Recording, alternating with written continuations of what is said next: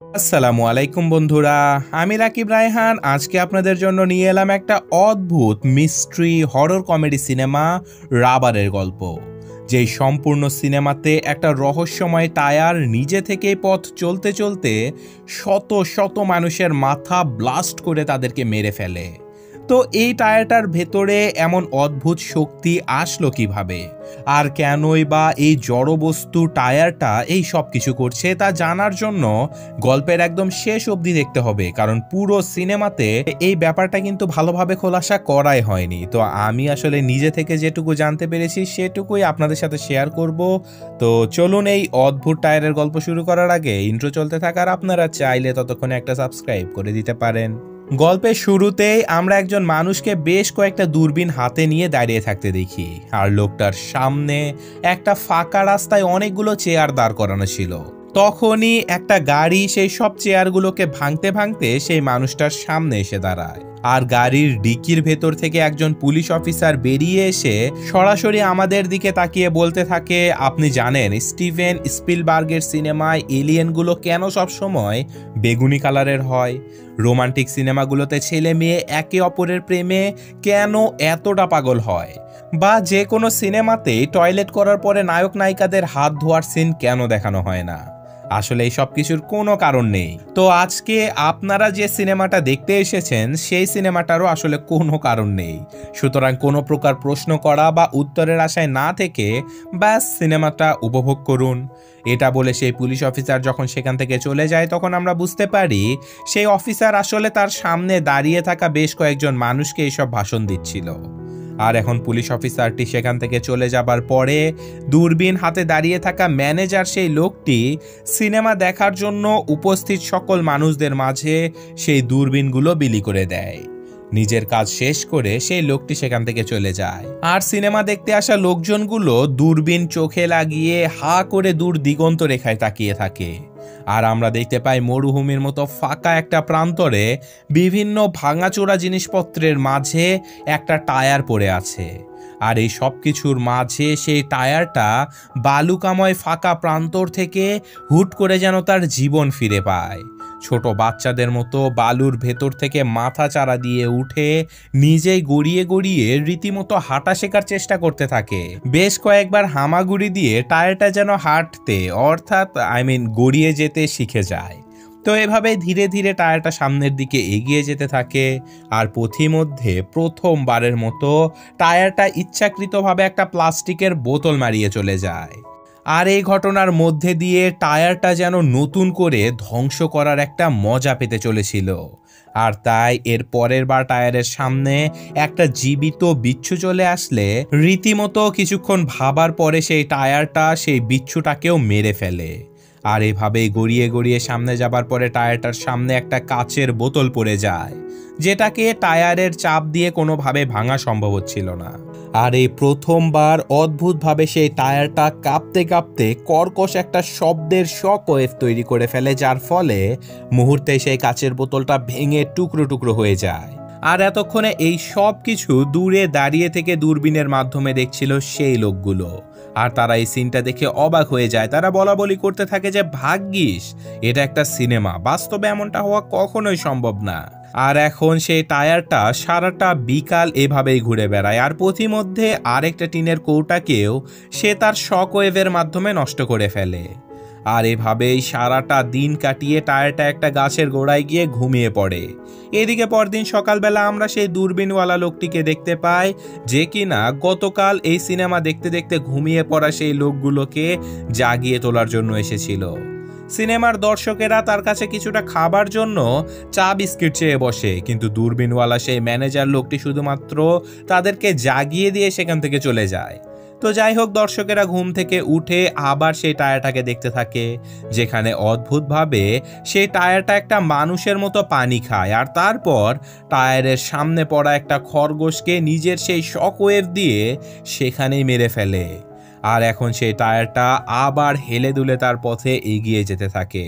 এভাবেই যেতে যেতে একটা রাস্তার পাশে এসে যায় টায়ারটা, আর সেই রাস্তাটা দিয়ে একটা মেয়ে তার গাড়ি নিয়ে যাচ্ছিল। এটা দেখে টায়ারটা যেন সেই মেয়েটাকে মারার জন্য প্রস্তুত হতে থাকে।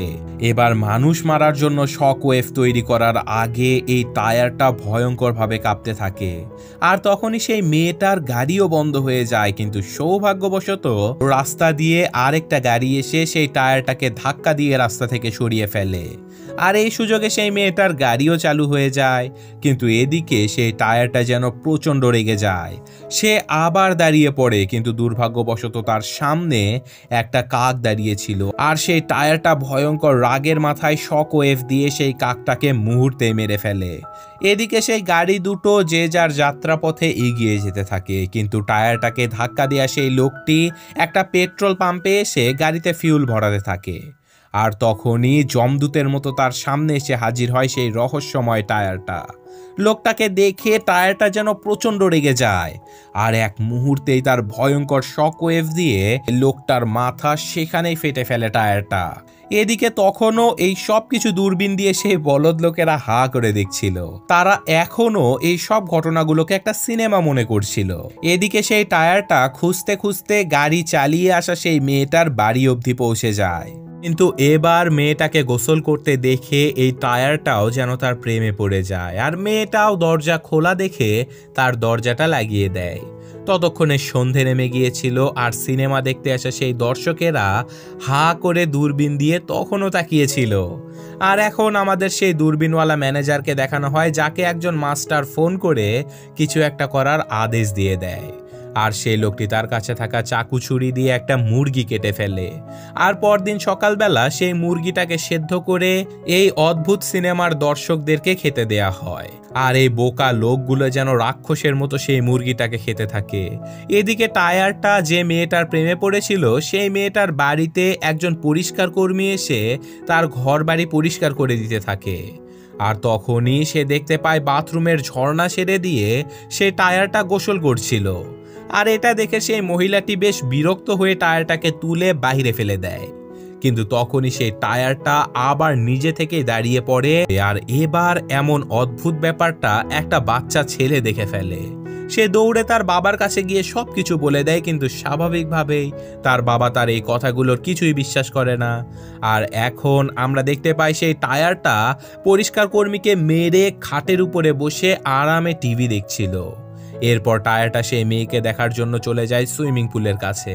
সেই টায়ারটা যেন মেয়েটাকে হা করে দেখতে থাকে, আর এই সব ঘটনাগুলো তখনও ক্লান্ত শ্রান্ত হয়ে সেই বোকা দর্শকগুলো হা করে দেখে চলেছিল। এদিকে ঘটনাস্থলে ততক্ষণে পুলিশের লোকজন চলে এসেছিল, আর পুলিশকে দেখে সেই বাচ্চা ছেলেটি পুলিশকে বলে দেয় যে এই পরিষ্কার কর্মীকে খুন আসলে এই সুইমিং পুলে পড়ে থাকা এই টায়ারটা করেছে। আর অদ্ভুতভাবে এখানে সিনেমার শুরুতে দেখানো সেই পুলিশ অফিসার উপস্থিত ছিল। স্বাভাবিকভাবে তারা কেউই ছেলেটার কথা বিশ্বাসই করে না, বরং তারা সেই টায়ারটাকে সুইমিং পুল থেকে তুলে বাহিরে ফেলে দেয়। আর এখন সেই পুলিশ অফিসার সেই বাচ্চাটির বাবাকে এই খুনের ব্যাপারে বিভিন্ন কথাবার্তা জিজ্ঞাসা করতে থাকে। আর তখনই হঠাৎ তার কাছে একটা অ্যালার্ম বেজে ওঠে, আর সাথে সাথে পুলিশ অফিসার সবকিছু বন্ধ করে দিয়ে তার সহকর্মীদের কাছে ফিরে গিয়ে বলে, সবাই কাজকর্ম বন্ধ করে দাও, আজকের কাজ এখানেই শেষ, আমাদের এখন বাড়ি যেতে হবে। আর হ্যাঁ, তোমরা সবাই অনেক ভালো তদন্ত করেছো, তোমাদের সাথে কাজ করে অনেক ভালো লাগলো। এই সব কথা শুনে অফিসারের সহকর্মীরা অবাক হয়ে যায়, তারা অফিসারকে পাগল ভাবতে থাকে। কিন্তু অফিসার তাদেরকে বলে যে শান্ত থাকো, একদমই ওভার অ্যাক্টিং করবে না, এই সব কিছু তো সাজানো নাটক ছিল, সবকিছুই মিথ্যে। কিন্তু বাকি অফিসারেরা তার কোনো কথাই বুঝতে পারছিল না। তখনই তাদেরকে বিশ্বাস করানোর জন্য অফিসার তার একজন সহকর্মীকে বলে, আমাকে গুলি করো। যথারীতি অফিসারের কথা শুনে তার সহকর্মী তার দিকে গুলি ছুড়লে অদ্ভুতভাবে অফিসারের কিচ্ছু হয় না। সে তাদেরকে বলে যে দেখেছো, এই সব কিছু মিথ্যে, তাড়াতাড়ি বাড়িতে চলো তো। কিন্তু বাকি অফিসারেরা বলে, কিন্তু এখানে যে পরিষ্কার কর্মী মৃত অবস্থায় পড়ে আছে তার কি হবে, সে তো বাস্তবেই মারা গেছে। অফিসার তাদেরকে বলে যে এখন গিয়ে লাশটাকে চেক করো, দেখবে মহিলাটা জীবিত হয়ে যাবে। কিন্তু পুলিশেরা সেই লাশটিকে অনেক পর্যবেক্ষণ করার পরেও বুঝতে পারে যে মহিলাটি আসলে সত্যি সত্যি মারা গেছে। আর তখনই সেখানে দূরবীনওয়ালা ম্যানেজার সেই লোকটি এসে অফিসারকে বলে যে সে এখনো জীবিত আছে আর একজন আমাদের উপরে এখনো নজর রাখছে। এই কথা শুনে অফিসার যেন অবাক হয়ে যায় আর সে তার সহকর্মীদেরকে বলে যে এতক্ষণে আমি যা কিছু বলেছি সব কিছু ভুলে যাও তোমরা, আর এখন ইনভেস্টিগেশনের কাজে মনোযোগ দাও। আর অফিসার নিজেও সেই বাচ্চাটির বাবার কাছে গিয়ে বাকি ইনভেস্টিগেশনের কাজ করতে থাকে। আর তখনই সেই রহস্যময় টায়ারটা আবার উঠে দাঁড়িয়ে পড়ে আর চোখের পলকেই সেই বাচ্চার বাবাকে শক ওয়েভ দিয়ে সাথে সাথে মেরে ফেলে। অফিসার সবকিছু স্পষ্ট দেখতে পায় আর ইনভেস্টিগেশনের খাতায় লিখে দেয় যে খুনি আসলে একটা টায়ার। এদিকে সেই টায়ারটা এখন নিজেকে আয়নায় দেখতে থাকে আর তখনই সেই বাচ্চা ছেলেটা টায়ারটাকে দেখে ফেলে, কিন্তু টায়ারটা এই বাচ্চাটাকে কোনো কিছু না করে বরং সেখান থেকে পালিয়ে চলে যায়। এদিকে সেই পুলিশ অফিসার অনেক কষ্টে নিজের গাড়ির চাকাটা খুলে তার সহকর্মীদের দেখিয়ে দিয়ে বলে যে এই মহিলার খুনি এই টায়ারের মতো দেখতে। পুলিশেরা হা করে সেই অফিসারের কথা শুনে যেন অবাক হয়ে যায়। আর তখনই একজন পুলিশ অফিসার আবার জিজ্ঞেস করে যে স্যার টায়ারটা কি কালো কালারের ছিল নাকি? কিন্তু বেশি কথা বলার আগেই সেখানে সেই বাচ্চা ছেলেটা চলে আসে আর অফিসারকে জানায় যে টায়ারটা হাইওয়ের দিকে পালিয়ে গেছে। আর অফিসার দ্রুত সেই টায়ারটাকে ধরার জন্য বেরিয়ে পড়ে। আর এই সব কিছু তখনও দূরে পাহাড়ের উপরে হুইল চেয়ারে বসে একজন দর্শক দূরবীনের মাধ্যমে দেখছিল। কিন্তু অদ্ভুতভাবে সেদিনের মুরগিটা খাবার পরে বাকি সকল দর্শকেরা সেদিনই মারা গিয়েছিল। আর এখন হুইল চেয়ারে বসে থাকা সেই লোকটির কাছে দূরবীনওয়ালা ম্যানেজার এসে খাবার দিয়ে যায়, কিন্তু সেই লোকটি সেই খাবারগুলো একদমই খাওয়ার জন্য রাজি হচ্ছিল না। যদিও সেই ম্যানেজার তাকে বেশ অনুরোধ করে, কিন্তু হুইল চেয়ারে বসা সেই লোকটি টায়ারের সাথে পুলিশের গাড়ির ধাওয়া পাল্টা ধাওয়া বেশ উপভোগ করছিল বলে খাবার খেতে রাজি হয় না। ম্যানেজার সেই টায়ারের সিনগুলো দেখার জন্য দূরবীন চোখে লাগাতেই সে দেখতে পায় সেই টায়ারটি তার সামনে বসে থাকা একজন পুলিশ অফিসারের মাথা ফাটিয়ে দিয়েছে। আর এই সব কিছু দেখার পরে হুইল চেয়ারে বসা সেই লোকটির সাথে গল্প করতে থাকে ম্যানেজার, আর তার জন্য আনা খাবারগুলো সে নিজেই খেতে থাকে। কিন্তু কিছুক্ষণের মধ্যেই ম্যানেজারের পেটে ব্যথা শুরু হয়ে যায়। আসলে সেই খাবারগুলোতে বিষ মেশানো ছিল বলে ম্যানেজার সেখানেই কাতরাতে কাতরাতে মৃত্যুবরণ করে। আর তখনই রাস্তার মাঝে সেই টায়ারটা হেলে দুলে নিজের অজানা গন্তব্যের দিকে যেতে থাকে। কিন্তু যেতে যেতেই সেই টায়ারটা দেখতে পায় একজন লোক অনেকগুলো পুরনো টায়ারকে আগুনে পুড়িয়ে নষ্ট করে ফেলছে। আর এটা দেখে সেই টায়ারটা যেন প্রচণ্ড রেগে যায়, কিন্তু তারপরে কি হয় সেটা আর আমাদের দেখানো হয় না। তবে আমরা এখন এটা দেখতে পাই যে শহরের রাস্তাঘাট, দোকানপাট সহ সকল জায়গায় মাথা ফেটে শত শত মানুষ মরে পড়ে আছে। অর্থাৎ সেই রহস্যময় টায়ারটা পুরো শহরটাকে ধ্বংসস্তূপ করে ফেলেছে। এই সব কিছু দেখে পুলিশ অফিসারেরা এখন উঠে পড়ে লাগে সেই টায়ারটাকে ধরার জন্য। আর ফাইনালি তারা সেই টায়ারটাকে খুঁজেও পায়, যে টায়ারটা আসলে সেই মেয়েটার বাড়িতে বসে নিশ্চিন্ত হয়ে ঘরে বসে টিভি দেখছিল।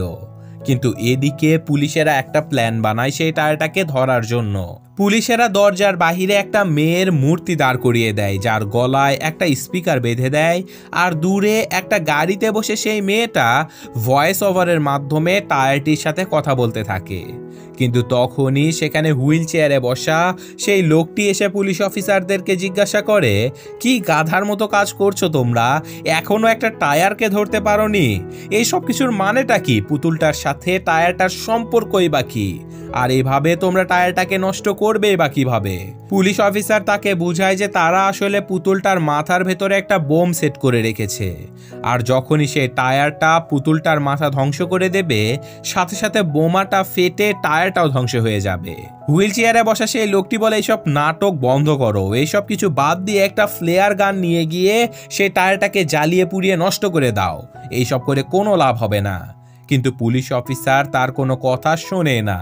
আর এদিকে সেই টায়ারটাও ততক্ষণে বেরিয়ে এসেছিল, আর সেই টায়ারটা পুতুলটাকে তার শক ওয়েভ দিয়ে ধ্বংস করে দেয়। কিন্তু দুর্ভাগ্যবশত সেই পুলিশদের লাগানো বোমাটা ছিল ডুপ্লিকেট, আর এই জন্য এই বোমাটা দিয়ে কোনো কাজই হয় না। আর এটা দেখে অফিসার প্রচণ্ড রেগে যায়। আর এদিকে সেই টায়ারটাও ঘরের ভেতরে ঢুকে পড়েছিল। আর রাগান্বিত অফিসার তার শটগানটা নিয়ে সোজা সেই টায়ারটার ঘরে ঢুকে যায় আর উপর্যুপুরি বেশ কয়েকটা ফায়ার করে টায়ারটাকে সম্পূর্ণভাবে ধ্বংস করে বাহিরে এনে হুইল চেয়ারে বসা লোকটির সামনে ফেলে দেয়। পুলিশেরা সেই টায়ারটাকে ধ্বংস করে সেখান থেকে চলে যায়, কিন্তু তখনই সে ঘর থেকে একটা বাচ্চাদের সাইকেল একা একাই বেরিয়ে আসে। আর এটা দেখে হুইল চেয়ারে বসা লোকটি বলে যে টায়ারটা এখনো মারা যায়নি, সে বেঁচে আছে। আসলে সেই টায়ারের শক্তি এখন সাইকেলের ভেতরে চলে গিয়েছিল, আর দেখতে দেখতেই এই সাইকেলটা নিজের ভয়ঙ্কর শক ওয়েভ দিয়ে হুইল চেয়ারে বসা সেই লোকটাকে সম্পূর্ণভাবে ধ্বংস করে দেয়। অর্থাৎ সেই টায়ারের চেয়ে এই সাইকেলের শক্তি আরও বেশি হয়ে গেছে। আর এখন এই সাইকেলটা আবার হাইওয়েতে চলতে শুরু করে দেয়। আর এবার সাইকেলটা চলতে চলতে রাস্তার আশেপাশে পড়ে থাকা পরিত্যক্ত সকল টায়ারগুলোর মাঝে জীবন দান করে দিতে থাকে। আর সাইকেলটা এভাবে ধীরে ধীরে নিজের একটা আর্মি তৈরি করে নেয়। আর এখন এই সাইকেলটা তার আর্মিদেরকে নিয়ে এগিয়ে যেতে থাকে নিউ ইয়র্ক সিটির দিকে। আর স্বাভাবিকভাবেই এখন এই টায়ারের দল নিউ ইয়র্ক সিটিটাকে মৃত্যুপুরীতে পরিণত করবে। সিনেমাটা যদিও এখানে শেষ হয়ে যায় এবং সিনেমার শুরুতে যেহেতু বলে দেয়াই হয়েছে যে এই সব কিছু আসলে কোনো কারণ ছাড়াই ঘটে যাবে, কোনো ব্যাপারে আপনারা কোনো প্রশ্ন করতে পারবেন না, কারণ এই সিনেমাটা এইভাবেই তৈরি করা, ব্রেনলেস কমেডি টাইপ। তবুও এই টায়ারটা কেন মানুষকে মেরে ফেলে এবং তার ভেতরে এই শক্তিটা কিভাবে আসলো, এই ব্যাপারটা নিয়ে অনলাইনে ঘাটাঘাটি করতে গেলে আমি আসলে জানতে পারলাম যে অনেক বছর আগে এই পুলিশ অফিসার এবং এই ম্যানেজারটা একটা টায়ার দিয়ে শ্বাসরোধ করে একটা মানুষকে মেরে ফেলেছিল। আর পরবর্তীতে সেই মানুষের আত্মাটাই নাকি এই টায়ারের ভেতরে ভর করে আর এইসব ধ্বংসলীলা চালায়। যদিও এই থিওরিটা আমার কাছে খুব একটা কনভিনিয়েন্ট মনে হয়নি, কারণ পুরো সিনেমা জুড়ে সেই পুলিশ অফিসার এবং ম্যানেজারকে টায়ার কিন্তু নিজ হাতে মারতে পারে না। স্বাভাবিক ব্যাপার, যদি আমাকে কেউ মেরে ফেলে তাহলে আমি তাকে শাস্তি দেওয়ার জন্য নিজ হাতে মারতে চাইবো, কিন্তু পুলিশ অফিসার তো পুরো সিনেমা জুড়ে মরেই না, আর সেই ম্যানেজারও মারা যায় বিষাক্ত খাবারের কারণে। সুতরাং সেই টায়ার কিন্তু তাদেরকে মারতে পারেনি। আর তাছাড়াও শুধুমাত্র একটা আত্মার ভরের কারণে এমন গাধা লোকজন পয়দা হয়ে গেল যারা দূরবীন দিয়ে সিনেমা দেখে বা এই সব কিছু আর কি, মানে এই সিম্পল একটা ব্যাপারে এই পুরো সিনেমাটাকে মানে জাস্টিফাই করা সম্ভব না। সুতরাং এই সিনেমাটাকে সব থেকে ভালোভাবে জাস্টিফাই করে যেই কারণটা, সেটা হতে পারে যে এটা আসলে একটা ব্রেনলেস মিস্ট্রি কমেডি সিনেমা, যেটার আসলে কোনো এক্সপ্লেনেশনই হয় না। তো যাই হোক, এমন অদ্ভুত গল্প আপনাদের কেমন লাগলো? অনেকদিন পরে এমন একদম মানে অদ্ভুত লেভেলের গল্প শুনে আমার তো বেশ ভালোই লাগলো। আপনাদের কেমন লাগলো সেটা কমেন্টে জানাবেন। ভালো লাগলে লাইক দেবেন। আমি আজকের মতো বিদায় নিচ্ছি। আল্লাহ হাফেজ।